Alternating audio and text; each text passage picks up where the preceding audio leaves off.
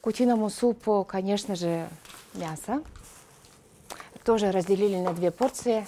2 порции для 2 раненых бойцов из Якутии. А еще в госпиталь поедет рыба. Ее вместе с мясом дичи специально привезли в Москву из Якутии. Домашняя еда, продукты с родины. То, почему так скучали бойцы с передовой, доставляется в госпиталь день в день.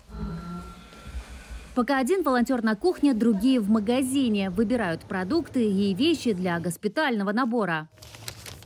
Средства гигиены, душевые принадлежности, белье стоят первыми в списке. Бойцы также просят привезти сладости, делятся волонтеры. Называют их маленькими радостями. Например, кофе, чай, влажные салфетки, печеньки, сладости, шоколадки. Все, что разрешается медиками в госпиталях. Бойцы из Якутии проходят лечение в разных госпиталях Москвы и области. Волонтеры из Саха пытаются помочь каждому. Часто раненым нужна просто поддержка и внимание. Сына, привет. Ну вот сегодня первый снег пошел. Вот это вот произошло, да.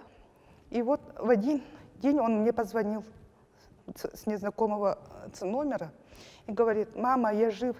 Хочу вот выразить благодарность Саха-волонтерам, то, что они вот заботятся о наших сыновьях, братьев. Движение начало работу 21 октября. Сегодня в его рядах уже около 100 человек. Идейным вдохновителем стала Аина Храмова, жена боевого офицера. Специальная военная операция идет. Таких людей, как бы нам не хотелось, будет еще много.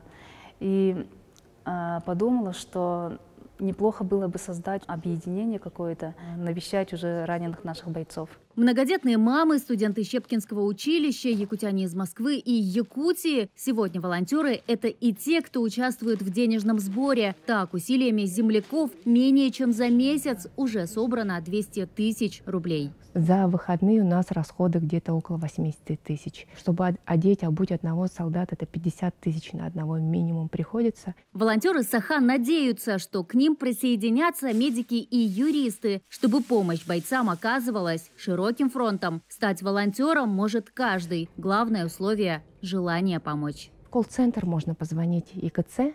Найти нас – это самое простое. Вот они передают, вот соседям находятся в кабинете, они передают все нам. Айсена Бурнашова, Виктор Олесов, Джур Березкин, Москва.